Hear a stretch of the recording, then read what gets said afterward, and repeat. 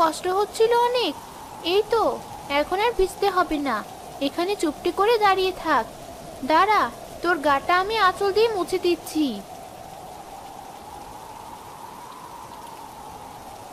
বোকা মেয়ে, আজকালকার দিনে অত ভালো মানুষ হলে চলে?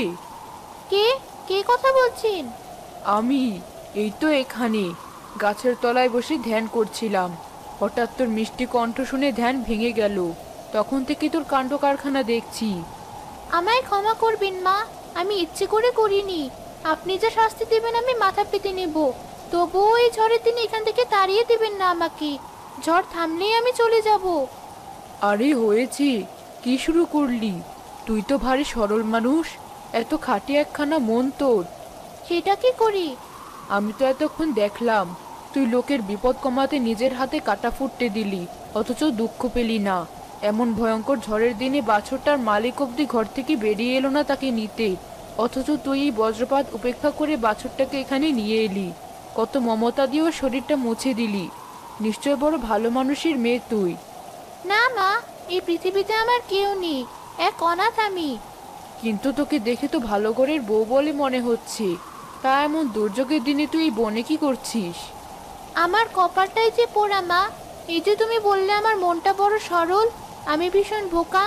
এই দোষে আজ আমি ঘর ছাড়া, কোথাও যাওয়ার জায়গা না পেয়ে এখানে আশ্রয় নিয়েছি। বউ ঋষিমাকে সব খুলে বলে। আমি বোকা, সহজ সরল, এটা কি আমার দোষ? আমি তো নিজের মাথাটা নিজে বানাইনি। ওপরওয়ালা যা দিয়েছেন তার উপর কি কারো হাত আছে?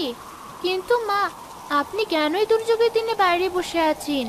আপনার কি ঘর বাড়ি নেই? আপনি কেনই নির্জন বনে এখানে একা বসে আছেন?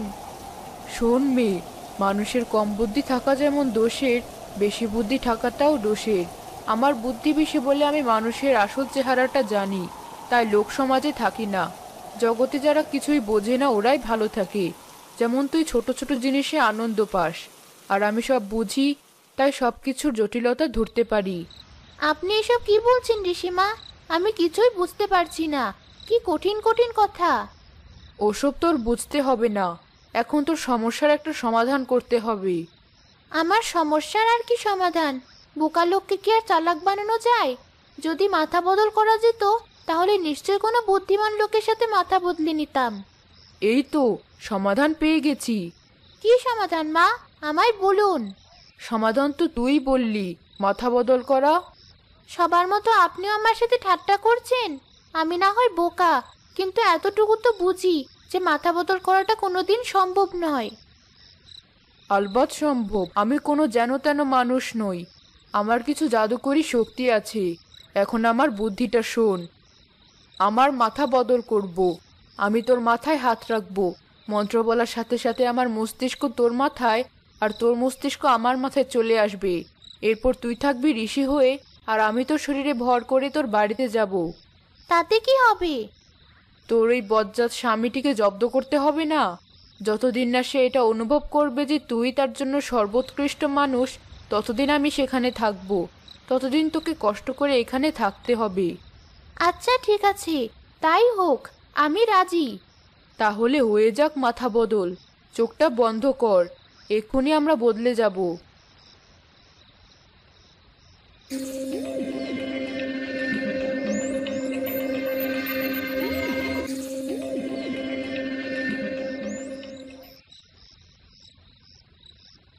এই যে ভালো মানুষের মেয়ে, কেমন লাগছে আমার শরীরে? একটু অদ্ভুত, তবে মানিয়ে নিতে পারবো মা। তুমি সাবধানে থেকো, সে বড় জাদ্রের লোক। কোনো চিন্তা করিস না, ওকে আমি দেখে নেব।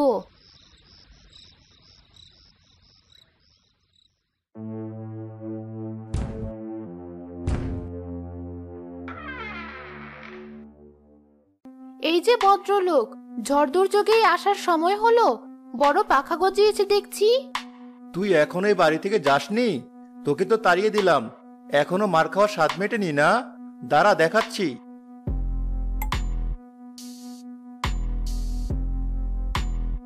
যেখানে আছিস ওখানেই দাঁড়িয়ে থাক অসভ্য।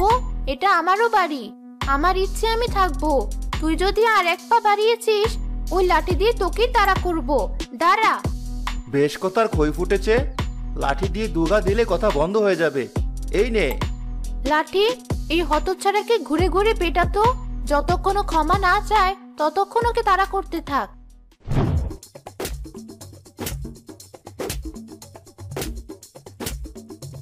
ওরে বাবা, এটা কে?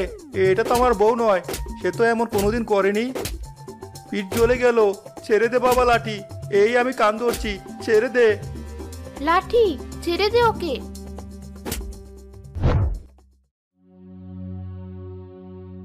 অনেক মার খেলাম, এবার দুটো খেতে দে বউ।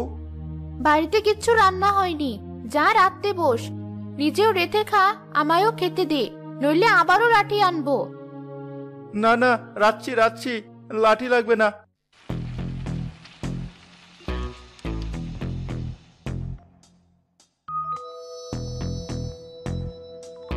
এই নে, আমি রাখতে পারি না, যা পেরেছি খেয়ে নে।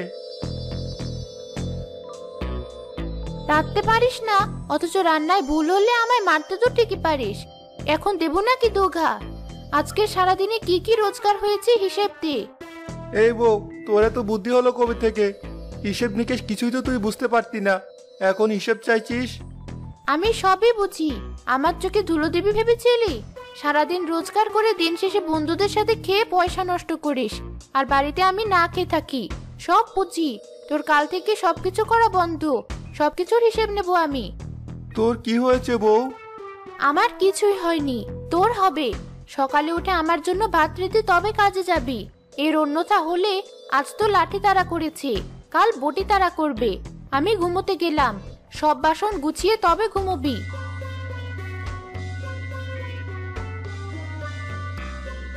এ কেমন অত্যাচারে পড়লাম?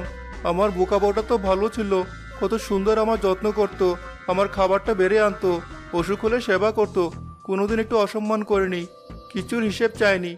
আসলে মনটা ভালো ছিল বলেই তো ও এত কিছু করতো। এই যে এখন ওর কত বুদ্ধি, ও তো সব জটিল করে ভাবে। আমি কি না ওকে এত মেরেছি? আমি কি করে আমার বোকা বউটাকে ফেরত পাবো? শিক্ষা হয়েছে তবে। হ্যাঁ, তোর বোকা বউটা বোকাই আছে, শুধু তার মাথা বদল হয়েছে। তুই যদি কথা দিস তুই আর কোনোদিন আমার মেয়েকে কষ্ট দিবি না, তবে আমি আমার সরল মেয়েটাকে ফিরিয়ে দিতে পারি।